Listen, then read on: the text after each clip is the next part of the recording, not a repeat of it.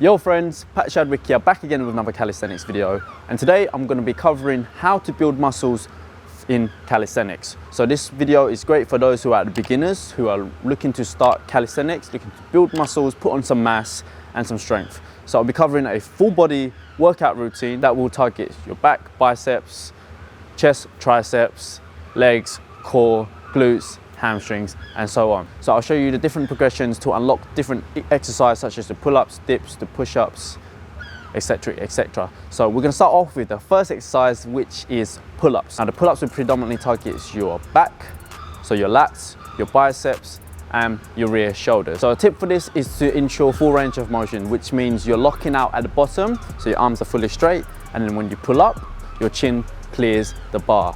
Also make sure to keep your core tight the entire time and your feet together. Don't let your feet go relaxed, otherwise your form may just sway and you have little or no control.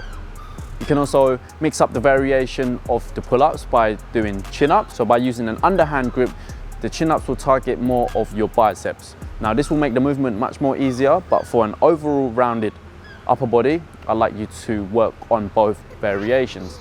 Now what if you can't do pull-ups or chin-ups? Then you would regress to using this progression, which is called the Australian pull-ups. Now the Australian pull-up has the same movement paths as the pull-ups and chin-ups, as you are engaging your back and your biceps to pull your body up. But rather than pulling vertically up, you're pulling your body horizontally up. Because your feet and your heels are on the ground, this will take the load away from your upper body and you will distribute your weight to your lower body, hence why the movement path is easier for the Australian pull-ups. So simply to do this, you just place yourself under a low bar that is around hip height. The rule is that the higher the bar, the easier it will be, because your body will be at a steeper slope. So as you get stronger, I want you to reduce the height of the bar to make this movement more harder for yourself. So get under the bar, arms straight, dig your heels into the ground, keep your core tight, your legs together, your glutes tight, and then you're gonna pull your chest up towards the bar. So pull as high as you can, and don't forget to breathe. So exhale as you come up, inhale as you come down. Keep your core locked out the entire time. And also play around with the different grip positions. You can do normal pronated grip, you can do underhand grip, you can do wide grip to target different section of your back. So generally with Australian pull-ups, I like you to do anywhere between 5 to 10 reps for 4 sets. And with the pull-ups, if you can already do pull-ups, let's say you can do between 1 and 10, I want you to choose a number where you can average your workout for 4 sets. So let's say you can do 5 pull-ups max. I'd like you to do maybe 2 pull-ups and then average it out for 4 sets. So 4 sets of 2 pull-ups. So that's your back and your biceps covered. So now we're moving on. We will be talking about bicep dips. This exercise will target your triceps, your chest and your front shoulders, as well as your core. The golden rule is that when you come down, you want to lower down until your triceps are parallel to the ground, or at least your elbows is at a 90 degrees angle. You want to keep your core tight, your feet together if possible, and you want to keep your legs as straight as possible as well. Now if you have little gap in between the floor and where you are, you can bend your knees back slightly, but make sure to try to keep your feet together. Inhale as you go down, exhale as you come up, squeeze your chest, squeeze your triceps. Now if you cannot do tricep dips yet, you can regress to doing bench dips. The same principle applies, the same movement paths also applies. This will target the same muscle group. You'll be using a bench and you place your palms on a bench with your fingers facing forward, straighten your legs out and you bring your glutes forward. And then you'd lower down until your elbows are at 90 degrees or your triceps are parallel to the ground, and then you drive and push back up. Again, I'd like you to do bench dips anywhere between 10 to 20 reps for beginners for 4 sets. Now if you can already do bench dips, again I would like you to average it out for 4 sets. So 2 reps for 4 sets of doing tricep dips. Now the next exercise will be push-ups. Again, this is a great exercise variation that will target your chest and your tricep also, and your core. It's pretty much the same as dips, but just a little bit easier. One thing that I see people do wrong when they're doing push-ups is that they don't engage their glutes and their core, which causes their lower back to arch. Now this is an inefficient movement, as you're literally wasting your core strength by not engaging them. Think about the core strength that you could gain, the abs, from engaging your core when doing push-ups. If you do so, you literally get a solid core strength, and this strength will be transferable to other skills in calisthenics as well, such as the front lever, the back lever, the planche, etc, etc. So you want to keep your legs together, you want to have in full range of motion, so you come down until your elbows are at least 90 degrees, and then you push back up, lock your arms out. Now if you can't do push-ups, you can regress by doing knee push-ups, by dropping your knees on the ground. This will take the load away from your upper body a little bit so that you can perform these reps. So ideally, do between 10 to 20 reps of knee push-ups for 4 sets. And if you can already do push-ups, right, try to do between 10 to 20 reps also. Now moving on, we're gonna target legs. Now obviously legs is important, right? You don't wanna have a big upper body and then small legs like me.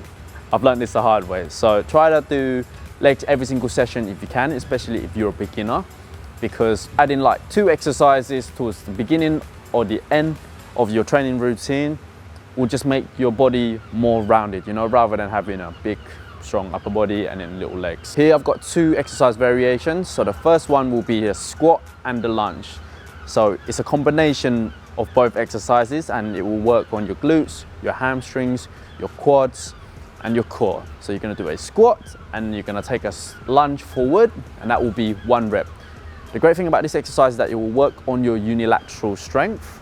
So you're working on 1 leg at a single time as well when you're doing a lunge, which is great because it will create more balance strength between both legs. So try to do anywhere between 10 to 20 reps for 4 sets for this exercise. And moving on to the final exercise, which is the Bulgarian split squats. Now this is a must do. You should do this on a weekly basis. I would highly recommend you to, because again, it will develop your unilateral strength, okay? Because when you're doing a squat, right, for example, you will have a tendency to push with one side, with your dominant leg, which causes your other leg to become weaker. So I have a rule to do unilateral strength training at least twice a week. So to do this, you just place 1 foot on the elevated surface. So I've got this weird machine, I don't know what it's called. And then I'll take a big step forward, and then I'll lower down until my front thigh is parallel to the ground, and then push back up, squeezing your glutes, and I'll try to push with my front leg, so my leading leg, so that I'm literally working on one side. And be mindful to keep your core tight so that your body doesn't wobble about.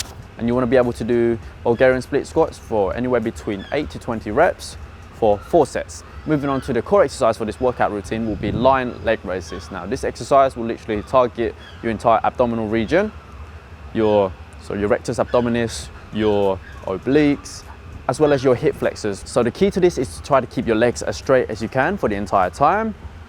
Feet together, toes pointed, and use your core to lift your legs up until your toes is literally in line with your hips, and then lower down, and don't let your heel touch the ground as you come down. You want to come down until your heels is about 2 to 3 inches off the ground, and then you'd repeat. So try to breathe as well. So as you go up, you would exhale, and then as you come down, you would inhale. So try to do this exercise anywhere between 10 to 20 reps for 4 sets. So this video wraps it on how to build muscle by doing calisthenics. This is actually really great for beginners. I would suggest you to do these exercises one by one. So start off with your pull-ups or Australian pull-ups, complete them, and then you move on to the next exercise, complete them, and then you move on to the next exercise. But if you're short on time or you're a bit stronger and you have more endurance and strength, you just do them as a circuit. So you'd go pull-ups, dips, push-ups, lying leg raises, then your 2 leg exercises back to back. Once you completed them all, then you'd rest for 2 minutes, and then you do this in a circuit. So this is what I currently do now. I just combine them all, as this will save time and it will build up endurance, strength, and it's just more efficient that way. So that wraps it for today's video. If you do enjoy, please don't forget to smash the like button and consider pressing the subscribe button, as I will be bringing more useful training tips for calisthenics to you guys in the following weeks, well, forever. So thank you so much for watching, and I'll catch you in the next video.